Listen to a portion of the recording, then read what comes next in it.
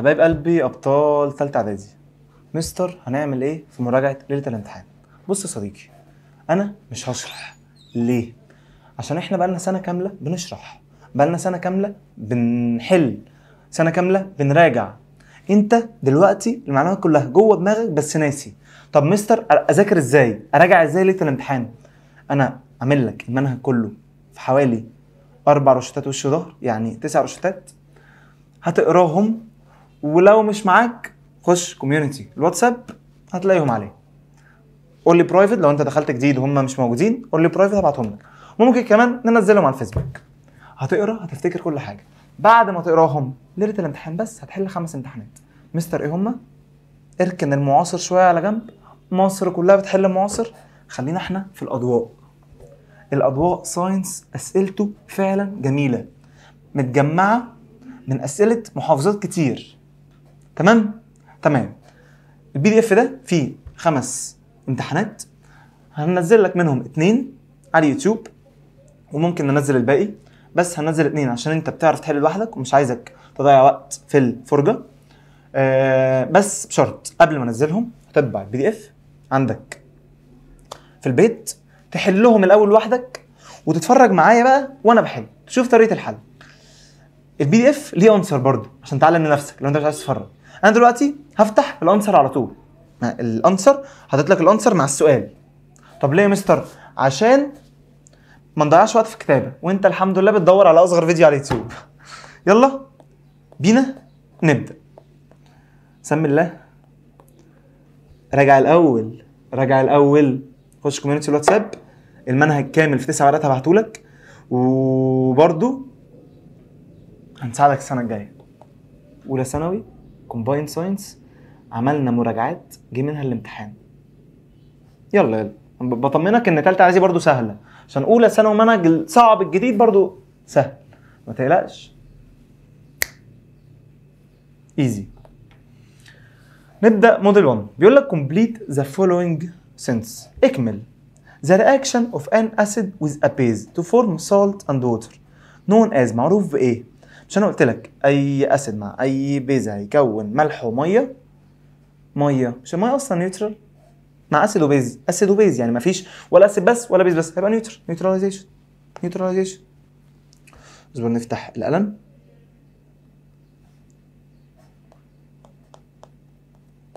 بسرعه اهو. ماشي عادي ما قلناش حاجه. يلا احنا فين؟ نيوتراليزيشن. اتفقنا.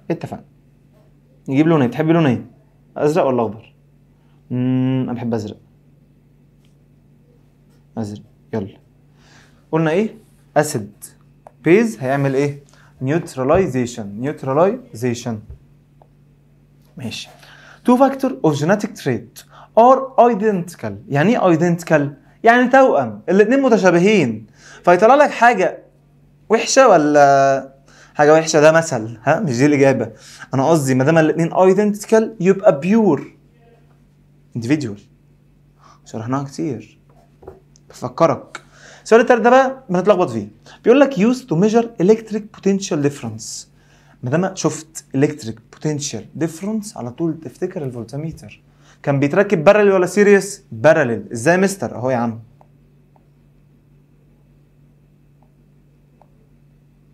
كده غلط. اوعى بص، انا معاك للاخر. هيقول لي بيتركب ازاي؟ عشان في حد عمل لي دي في الحصه كنت همسكه. ماشي.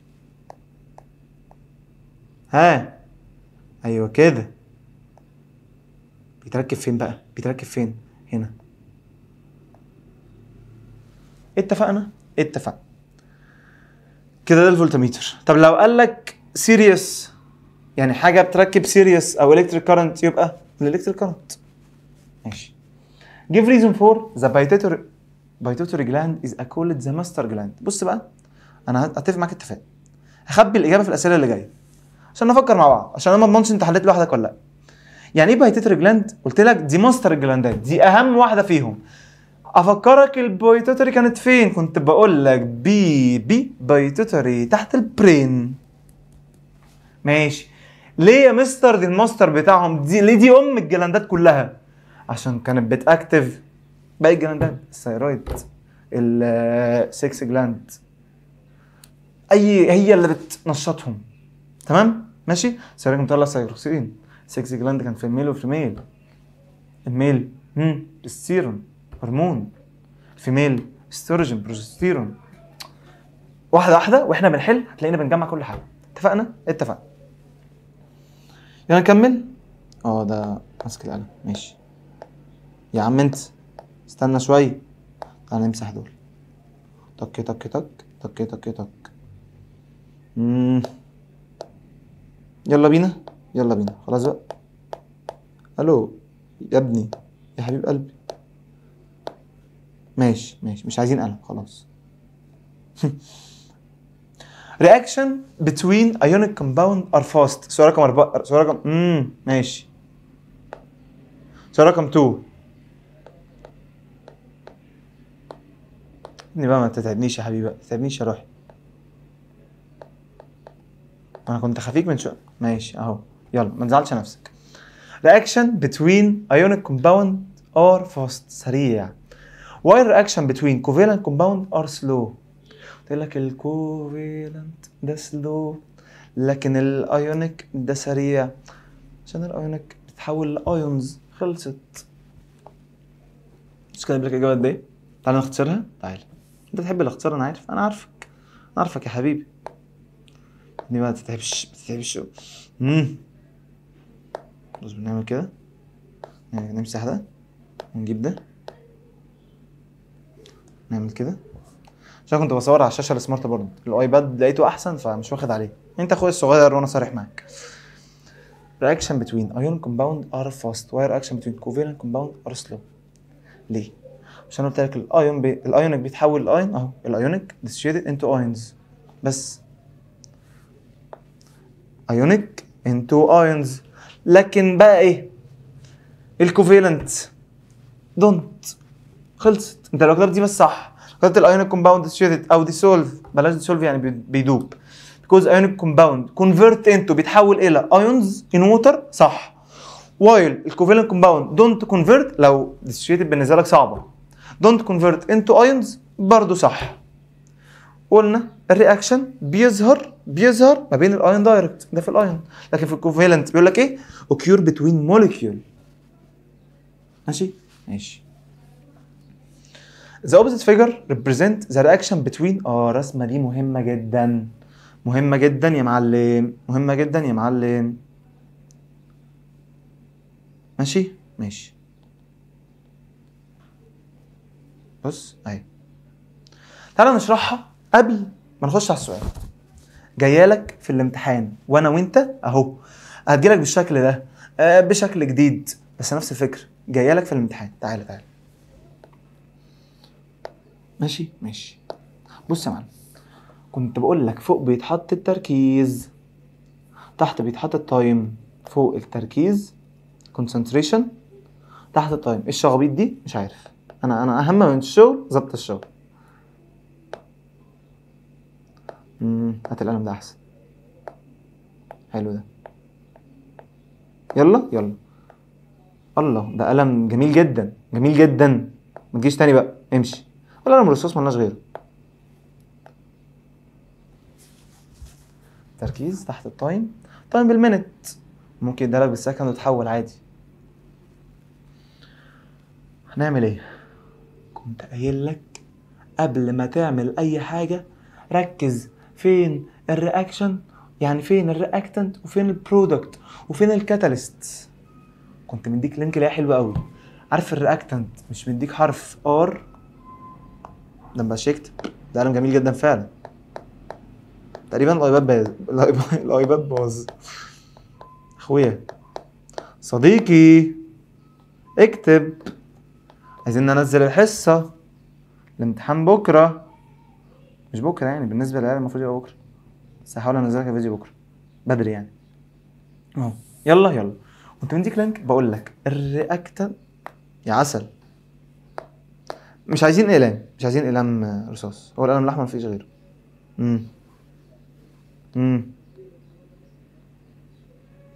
ها وبعدين ده القلم فصل. ماشي مؤاخذة. الرياكتنت الرياكتنت كنت قايل لك حرف ار.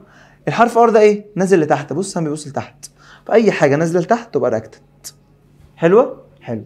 يعني انا كده عندي السي رياكتنت والدي رياكتنت. لذيذه لذيذه.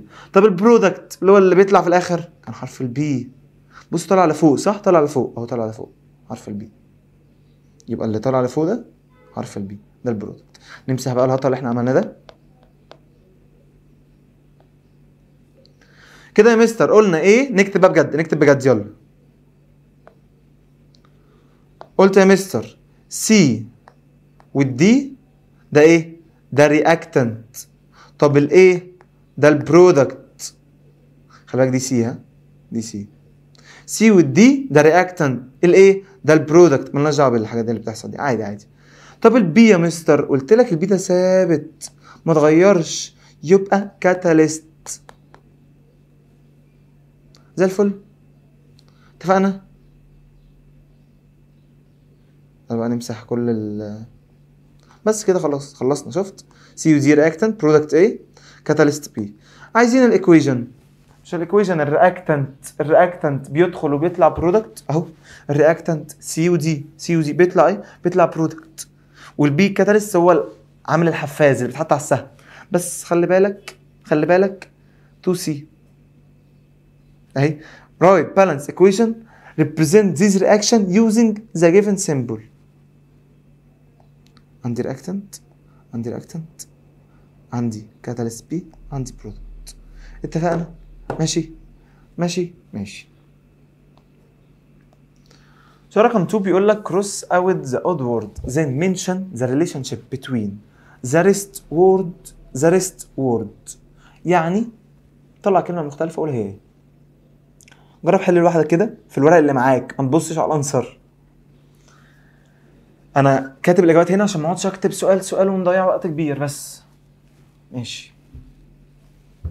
يورانيوم، سيزيوم، باريوم، راديوم. ايه اللي مختلف؟ ها ما مكتوب قدامك بس انت ليه؟ قول لي ليه. مش الباريوم ده كان تبع الراديو اكتيف اللي هو بيطلع الريز؟ صح. طب والباقي ايه؟ مستر اليورانيوم وسيزيوم يا حبيبي ده إيليمنت سيزيوم. تمام. بس الباريوم الوحيده راديو اكتيف عامل مشع. كروموزوم دي ان ايه بروتين انزيم. ايه المختلف؟ انزيم. ليه؟ كروموزوم دي ان ايه بروتين كل ده حاجه تبع بعض. الانزيم ده اصلا الاستراكشر بتاع كروموزوم. ماشي. nature of reactant, temperature of reactant, concentration of product, catalyst. concentration of product زي الكاتاليست زي التمبريتشر زي الطبيعه؟ لا. concentration تركيز لو زاد او قل سرعه الرياكتنت هيزيد او هيقل على حسب. اهو concentration اهو فاكتور بيأثر على السرعه. بس براجع لك، اسمع بامانه الفيديو ده مهم جدا صدقني، ويعني ركز تخافش خلاص. مغنيسيوم رياكت ويز كبر سلفيت سوليوشن. يعني ايه؟ ده ايكويجن. لا بص الايكويجن بقى بحب اكتبها بايدي. تعال مالناش دعوه بالمكتوب. ها يلا يا صديقي. بيكتب بس ولا لا؟ بيكتب الحمد لله. تعال انت قل الان شويه.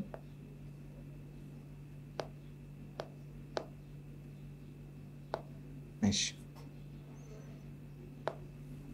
صوديوم كلورايد لما يقول لك اوزن الايكويجن ما تبصمجش، بلاش بصمجه عشان خاطري. تالتة اعدادي عيبهم، تالتة اعدادي واولى اعدادي وتانية اعدادي واولى ثانوي، حتى يعني اللي بياخدوا معايا برايفت فيزيكس برضو كده. ما تبصمجش، ده ساينس، افهم وحل. تعال. صوديوم كلورايد. نكتب يعني ايه صوديوم كلورايد؟ صوديوم ان ايه كلورايد سي ال. الياء مش مظبوطه عشان المايك نازل، مالناش دعوه، انا عادي مش بيفرق معايا. ان ايه سي ال صوديوم كلورايد رياكت ويز سيلفر نايتريت. رياكت تفاعل يعني نعمل بلس اعمل بلس. سيلفر نايتريت، سيلفر اي جي، نايتريت NO3. طب لو نايترايت NO2، ده نراجع كل حاجه. NaCl، سيلفر اي جي، نايتريت NO3 هيدينا ايه يا معلم؟ ها NaCl AgNO3 انا كتبتها لك اهو. هيدينا ايه؟ كنت قايل لك في الايكويجن بيحصل عمليه الارتباط. مستر ما تجيش على الجرح، انا مالي، هم بيرتبطوا، ماليش دعوه بيك انا. ارتباط، ارتباط ليه؟ بيحبوا بعض، بيحبوا بعض بس باحترام. تعال معلش حقك عليا. لو انت بقى منهم، لو انت بتحب الحاجات دي، فقفل الفيديو خش نام، مستقبلك يا حبيبي، ركز في الامتحانات. ان مصر كلها مرتبطه معدنها. ان ايه؟ ان ايه؟ ان ايه؟ عايز يتجوز مين بقى؟ عايز يحب مين قصدي؟ ان بيحب مين؟ مش الان ايه ده من بره؟ من بره صح، من بره. بص تحسه بره مش في النص، مش في المعمعه. ليه هيخش جوه؟ برضه هيختار حد من بره اهو. يعني لو قريبك بره مصر، لو قريبك بره مصر مش هيختارك، هيختار واحده برضه بره مصر اهي. ان اسري اللي بره اختار اللي بره، اللي بره حب اللي بره. طب والكلورايد والسيلفر مش جنب بعض، ما بينهم بلس، ما يحبوا بعض. خلصت، صدقني خلصت. تعالى اهي NaNO3، NaNO3. لا معلش، خلينا نفس اللون، اهم من الشغل ظبط الشغل. السهم راح، ماشي عادي عادي عادي عادي جدا. نخلي نفس اللون. NaNO3 اللي بره حبي اللي بره. NaNO3. ايه تاني؟ اللي بره حب اللي بره، اللي جوه يحب اللي جوه. سيلفر كلورايد AgCl اهو، AgCl بس خلصت. مستر مش بعرف اعمل ايكويشن ليه؟ ما هو خلاص متزعلش، ركز عشان تتعلم بس. مهمة VI very important.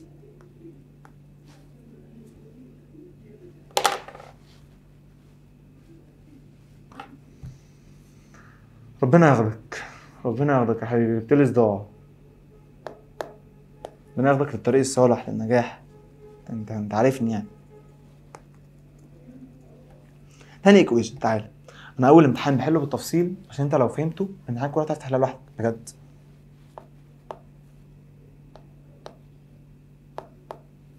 تاني ايكويشن، مغنيسيوم رياكت وذ كوبر سلفيت. نكتب، مالكش دعوه باللي محلول، نكتب احنا مغنيسيوم Mg رياكت وذ ايه؟ كوبر سلفيت. كوبر يعني ايه؟ Cu. سلفيت يعني ايه؟ سلفيت SO4. كوبر سلفيت، كوبر سلفيت هيديك ايه؟ كوبر سلفيت. شو قلت لك؟ بيرتبطوا. مستر الحق، هنا مفيش اتنين، في واحده بس. هل الواحده دي هترتبط بالاتنين؟ حرام شرعا اصلا، يعني ما دام مش رسمي يبقى حرام شرعا، ما ينفعش واحده ترتبط بالاتنين. وانت هتزعل وهي هتزعل، هيختار واحده بس. تفتكر المغنيسيوم هيختار السلفيت ولا الكبر؟ كده المغنيسيوم هيختار الكبير طبعا، السلفيت. فيبقى مغنيسيوم سلفيت. خلصت. MgSO4. الكبر للاسف سنجل بائس زيك. مغنيسيوم اهو اختار الكبير سلفيت. الكبر سنجل بائس، اللي بره مع اللي بره قلتها لك. للاسف سنجل بائس زيك، يعني هيقف غلبان حيران تعبان لوحده للاسف. ماشي اتفقنا. نقفل كل ده، الليل والسما ونجوم وقمره. يلا يا حبيبي، مالكش دعوه بقول ايه، بحب الاغنيه. Look at the opposite diagram then answer name the hormone secreted by organ B. organ B ده ايه اصلا؟ مستر صح، بنكرياس. برافو. بيقول لك بقى اورجان بي which lower بيقلل نسبة، مش نسبة يعني lower the blood glucose level، نسبة او مستوى السكر في الدم. ملناش دعوة بالتابلت اهو اتقفل خلاص، ملناش دعوة بالتابلت. تعال اشرح لك بعيد عن السؤال. جده او تيتا او ماما او بابا بعد الشر عليهم لو مش عندهم، تعرف حد عنده السكر؟ اه يا مستر. ولو انت عندك السكر الف سلام عليك، المرض يعني ربنا يشفيك يعني يا رب. السكر ليه بناخد له حقن انسولين؟ مستر عشان السكر بيكون عالي بناخد حقن انسولين بيظبط السكر بس. خلاص كده فهمت. في بقى ناس مستر مش فاهم، بتلخبط بين الانسولين والجلوكوز. ليه يا حبيبي؟ الجلوكوز يعني سكر، نسبة سكر عالي تاخد له انسولين عشان يقل بس. ولو السكر قليل تاكل حاجة مسكرة عشان يزيد. خلصت. فين التعقيد؟ سمارت نوت هارد يا صديقي.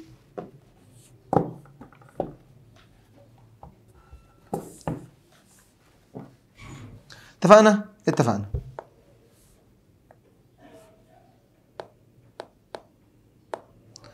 يبقى lower blood glucose level الانسولين. تاني سؤال stimulate organ A to convert stored glycogen into glucose. ايه glucose دي؟ جلوكوز. حاجة بتحول الاورجان ايه ده؟ الاورجان ايه ده فاكرها؟ الليفر دي، يعني ده الليفر اهي، وده الاستومك، وده البنكرياس بس. stimulate organ ايه عشان تحولها لجلايكوجين لجلوكوز. جلايكوجين لجلوكوز، كنت بقول لك جلايكو هيبقى جلوكاجون. جلايكو لجلوكوز هيبقى جلوكاجون. ماشي، كنا واخدينها بالتفصيل فلازم نحل بننجز، فانا هسرع اكتر من كده. ماشي. الاسئله اللي جايه دي حلوه جدا وركز معايا.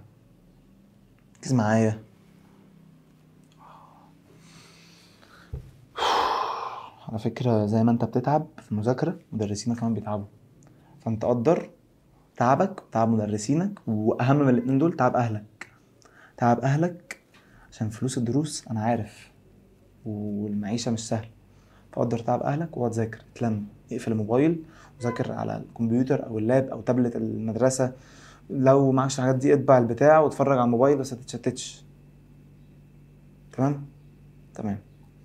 Electric circuit consists of a battery with electromotive force 3 volt connected in series with a resistance 6 ohm. The current intensity flowing through the current is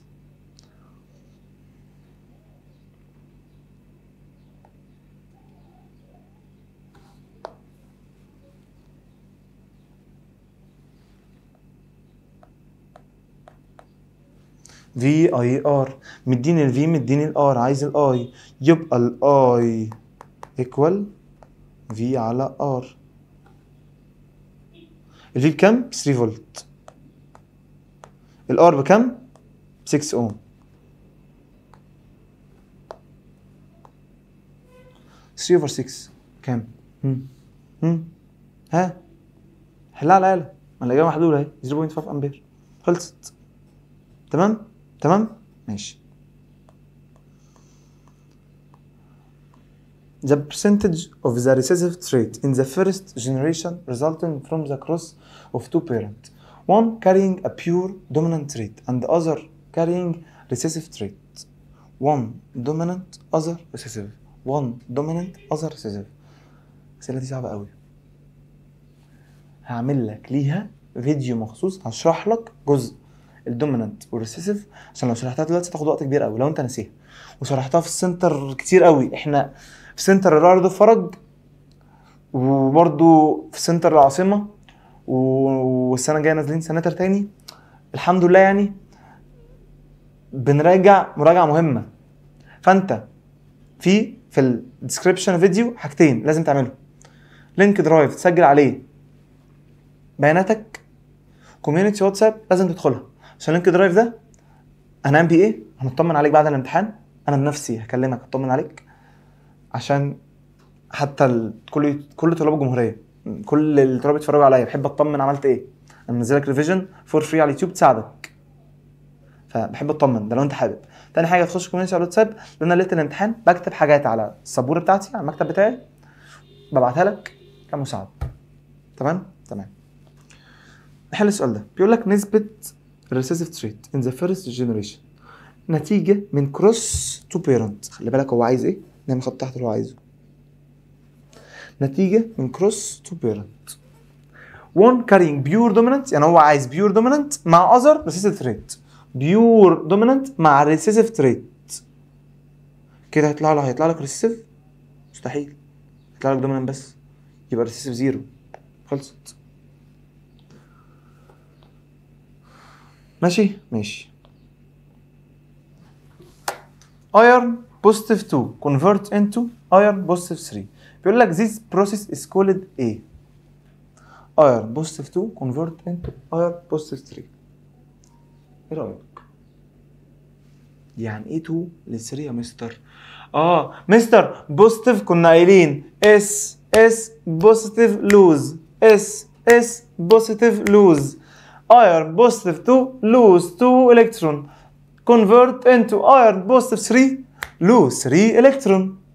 ما دام لوز 3 الكترون يبقى كده عمل لوز 1 زياده، فكده اوكسيديشن ولا ريدكشن؟ كنت قايل لك ريدكشن ده جين، ريدكشن ده جين، لكن الاكسيديشن لوز. فما دام كده ده يبقى اوكسيديشن. مستر انا اتلخبطت في الامتحان وعايز استبعد، ينفع اوكسيديشن ولا ريدكشن؟ ما ينفعش. ديكومبوزيشن تحلل ما ينفعش، الريدكشن ده جين ما ينفعش. خلص صح. define electric current intensity is the quantity of electricity in coulomb or the electric charge flowing through a cross section of the conductor in 1 second. مش فاهم حاجه صح؟ واحده. يعني ايه electric current intensity؟ شدة التيار. electric current intensity شدة التيار. ده هو كان اختصار الاي اللي هو اليونت بتاعته امبير. بفكرك من قبل ما اقول التعريف، تعالوا نعرفها. انا بحب الصراحه عشان اكتب التعريف اكتب القانون واجيب التعريف من القانون. اصل ده سؤال فيزيكس، والفيزيكس كده، وانا اصلا مدرس فيزيكس بس خلينا في الساينس دلوقتي. الاي بتتحول لامبير. تعال ركز معايا. ايه قانون الاي؟ كنت قايل لك مستر في على ار. لا مش ده، كان شده في الوقت.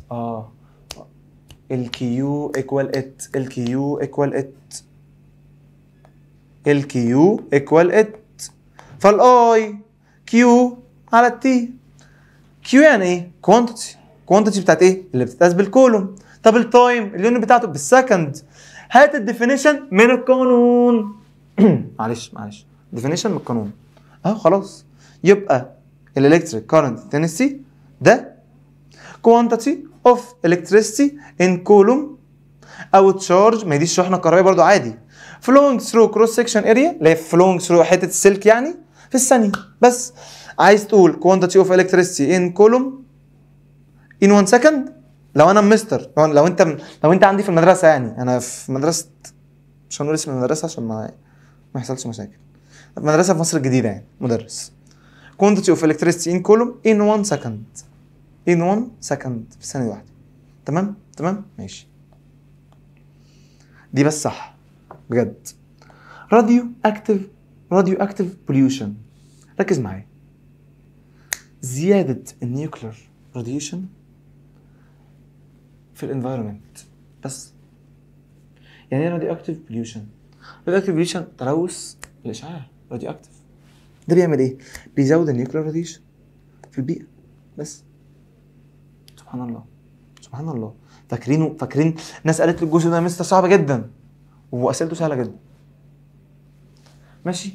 electrical conductor has a voltage difference 18 volt with a current 2 ampere. المسألة دي مهمة.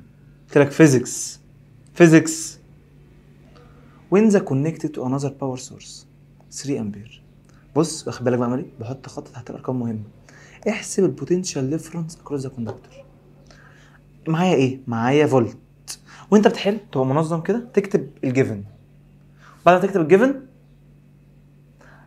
تطلع القوانين اللي انت عارفها من الجيفن، واكتب اللي انت عارفه في القوانين دي، هيطلع اللي ايه؟ اللي مطلوب، اللي هو ايه؟ اللي هو عايزه. اكتب اللي انت عارفه يطلع اللي هو عايزه من الجيفن. 18 فولت، 18 فولت ده الفي، امبير ده الاي، امبير ده الاي. يا لهوي يا لهوي يا مستر، عندي 2 امبير، نعمل ايه؟ بيقول لك الكتريك كوندكتور فولتج ديفرنس 18 with current 2 امبير، لما يتوصل لباور سورس تاني الكارنت زاد ل 3. عايز البوتنشال ديفرنس. واحده واحده واحده واحده واحده واحده. هات الار، مش انت عندك في يو اي قلنا الفي ايكوال اي ار، الفي ايكوال اي ار. تعال نكبر.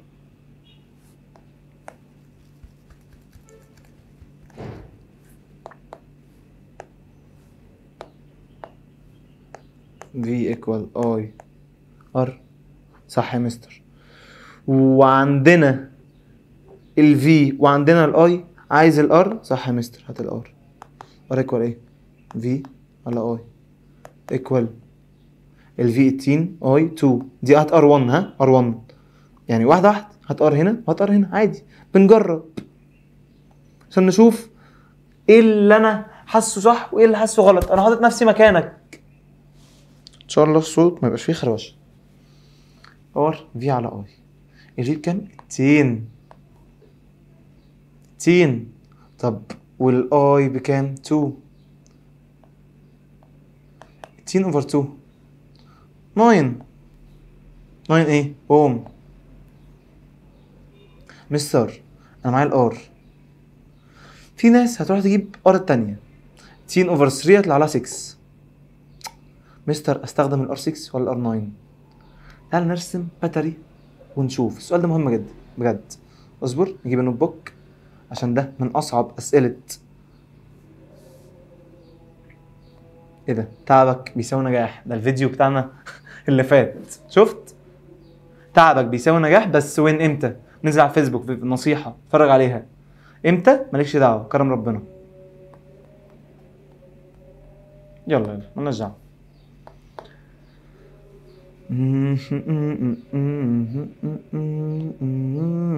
نكتب هنا خلاص ماشي. قال لك V1، قال لك الفي، ما هي الفي واحدة أصلا.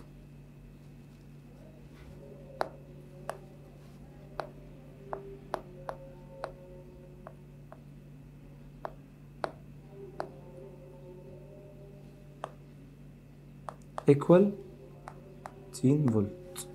قال لك ال I1 equal I1 equal كام؟ 2 امبير. وال I2 لما وصلت حاجة تاني another conductor بقى 3 امبير. calculate the resistance. calculate the resistance. هنعمل ايه؟ كنت قايل لك ارسم المثلث على طول، ارسم المثلث على طول. في اي ار. هاي الار، عايز الار، هنعمل ايه؟ في على اي، الفي معانا ثابته.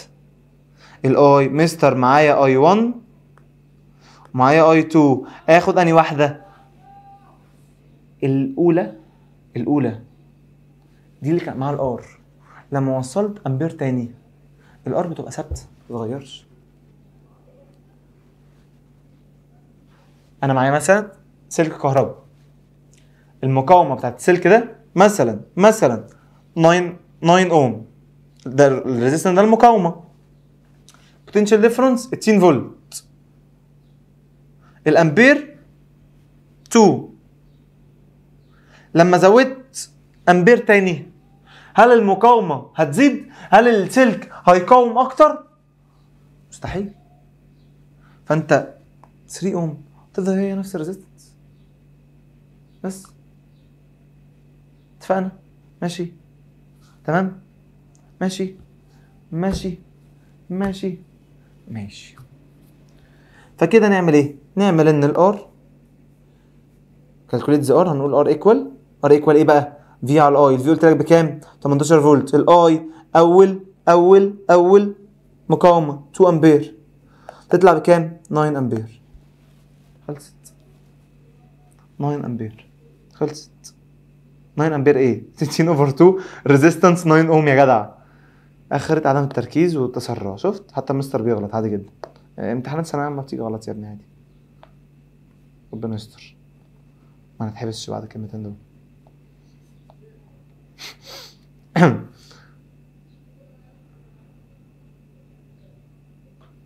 الريزيستنس بكام؟ ب 9 اوم. كده احنا جبنا الار. هل كده خلصنا؟ لو انت ما قريتش السؤال للاخر هتلبس في وشك. لو انت ما قريتش السؤال للاخر هتلبس في وشك. ليه؟ السؤال كمان عايز البوتنشال ديفرنس. ليه يا مستر جبت الار؟ عشان اعرف اكمل باقي السؤال. دي اول حاجه انا اعرف اجيبها. البوتنشال ديفرنس اللي هو ايه؟ بعد ما ضفت الامبير ما هتتغير. ما الار ثابته، اكيد الفي هي اللي هتتغير. الفي كانت بتساوي ايه؟ اي ار. تعالى الفي كانت بتساوي ايه؟ اي ار. مش الفي كانت بتساوي اي ار؟ صح يا مستر نعمل ايه؟ مش فاهم. تعال نرسم.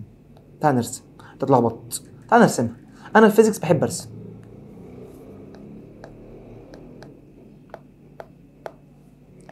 انا عندي باتري اهي، كان فيها ريزيستنس امبير فولت. ماشي. الامبير ده بكام؟ بيقول لك اول امبير الكوندكتور ده كان ب 2 امبير. ماشي. وكان بيقول لك الارقام ايه؟ 2 امبير. الفولت ب 18 فولت. ماشي. رسم كروكي. جبنا الار بكام؟ 18 اوفر 2 طلعت ب 9. فكده الار دي طلعت بكام؟ طلعت ب 9 اوم. في حاجه صعبه؟ مفيش حاجه صعبه دلوقتي. كده كله تمام. قال لك وصلنا تاني كوندكتور ب 3 امبير مثلا هنعمل كده، بيخرج 3 امبير. قلت لك حسبنا الار، هو عايز بقى البوتنشال ديفرنس بتاعت ايه؟ بص السؤال، potential difference across the conductor. بيقول لك another power source لما توصل عايز البوتنشال ديفرنس. هاي هنعمل ايه؟ مش انا قلت لك الامبير ده ما دام سيريز بنعملهم بلس، يبقى 2 بلس 3 هتطلع كام؟ 5 امبير. يبقى 5 امبير ده بتاع الباتري كلها. صح.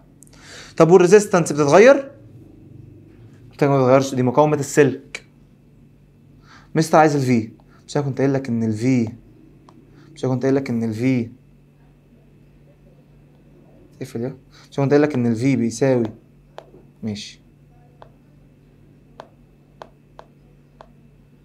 قايل لك ان الفي بيساوي اي في ار، يعني ايكوال ال 5 تايمز ال 9 ايكوال 45 فولت. السؤال ده من اسئله امتحانات القاهره الجيزه القليوبيه السنين اللي فاتت. سؤال مهم جدا بتتلخبط فيه للاسف. كل اللي معايا كل شويه يتلخبطوا فيه، مش عشان اللي معايا مش شاطرين او عشان انا مش شاطر، عشان السؤال صعب. لو انت حليته صح من اول مره برافو عليك بجد. بس التكرار بيعلم الحمار، قصدي التكرار بيعلم الشطار.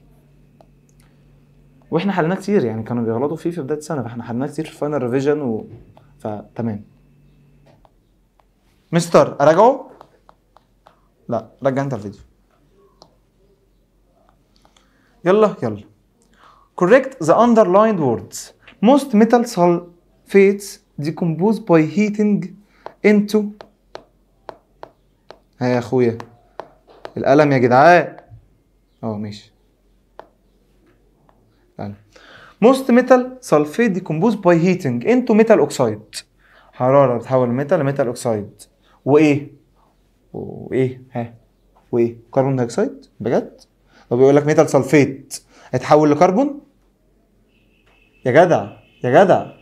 سلفيت سلفر. خلصت. ترايكسايد عشان البالانس. الفالنسي. ثايرويد جلاند سكريت ايه هرمون which regulate كالسيوم ليفل. بص كنت قايل لك كالسيوم بيجي من الكالسيتونين. خلصت. جروز هرمون ده جي اتش كان جاي من البيتوتري. ركز. What happen if two mating of two pure individual which one pair of contrasting trait ماذا يحدث in terms of the first and second generation. ده لازم تكون مذاكر الجزء ده كويس جدا كويس جدا. ولو في عندك مشكله ابعت لي على الواتساب هرد عليك بجد. اشرح لك بفويس واحاول انزل الفيديو. فكرة انا مضغوط جدا. تعالى قال لك تو بيور مع 1 بير كونستراكت يعني متعاكسين. اقول لك الاجابه واشرح لك في الفيديو مره تانية. ماشي عشان الناس اللي فاهماها ما نضيعش وقتهم. والاجابه مكتوبه اهي وهشرحها لك برضه. الدومينانت ده اصلا ده فيرست جنريشن فالريت بتاعه 100%. لكن التريت التاني ده انهيرتد متورث للسكند جنريشن على ريشيو ايه بقى؟ 3 دومينانت تريت ل 1 ريسيسيف بس. عشان بقول لك 2 بيور individual with 1 2 بيور with 1 صح ال2 بيور وال1 كل دول 3 دومينانت بس فيهم واحد بس ريسيسيف. ده الشرح العشوائي من الاخر عشان انت لو مش فاهمها والفيديو ما يبقاش طويل تبقى صمجه جالي طلع من كتر الكلام. لكن لو عايز تفهمها ابعت لي على الواتساب افهمها لك تفصيل يعني. reactant concentration reach zero in a chemical reaction. reaction concentration بيوصل لزيرو in chemical reaction. ليه بقى؟ لما الرياكشن بيقف البرودكت بيبقى 100. يعني مثلا انا معايا رياكتنت برودكت وبيقعد ها بالكاتاليست ما خلاص وقف. ما كان الرياكتنت خلص فالبرودكت لما الرياكتنت خلص الرياكتنت زيرو البرودكت يبقى 100 بس. اخر سؤال في الامتحان الاولاني. اول امتحان اطول امتحان عشان انا مش بحل بس انا بحلل وبشرح الامتحان. ممكن اقرا لك الاجابات تك بوم طخ خلصت غلط. When two tomato plants are crossed one has red fruit and one red and the other yellow. تعالى ايه نكتبها فكك من اللي مكتوب نكتبها واحنا بنقرا عشان اشرح لك بتاني او اقرا لك اللي مكتوب من واحنا بنقرا عادي. هي انا قلت لك اول ما يجي لك اسئله عن الجيناتكس الوراثه دي نكتب بي جي اف تاني بي جي اف تحت بعض بيرنت جنريشن فيرست جنريشن. بيقول لك one has red fruit and the other has yellow. يعني انا كده عندي بلانت احمر بلانت اصفر بلانت احمر وبلانت اصفر. always recessive. ما دام الريسيسيف واحد كابيتال واحد سمول. explain based on genetics اهو الوراثه genetic structure of the parents and their gamete and illustrate the offspring السلاله اللي جايه من الكروس.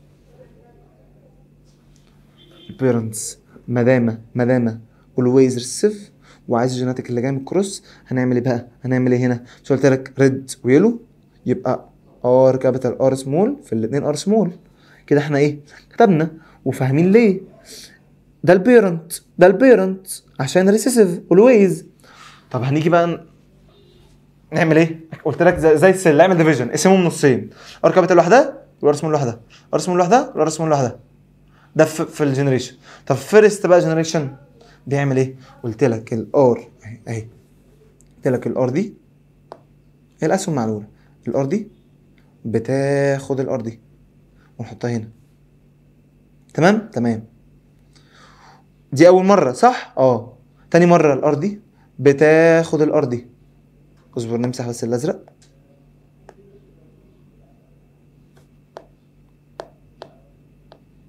ار دي بتاخد الار دي، فار ار ار ار. تمام تمام تمام تمام. ده الريد تمام. طب دول هيحصل فيهم ايه؟ ركز معايا. تعال تعال تعال. دي انت فهمتها صح؟ الار الكابيتال خدت مره واحده، خدت المره الثانيه ار ار كده وصلنا لغايه هنا. طب الار دي نفس الكلام، هتاخد مره دي وهتاخد مره دي، بقت ار ار ار ار. خلصت. يعني أنا الشمال اول واحده شمال بتاخد واحده واحده، تاني واحده من الشمال بتاخد واحده واحده. ده مع بعض ده مع بعض ده مع بعض، كله تحت بعض. ما دام ريسيسيف يبقى انا كده بص ار ار ار ار يعني 50% ريد، ار ار ار ار 50% يلو. عادي جدا. ماشي كده خلصنا اول امتحان. هينزل لك الامتحان التاني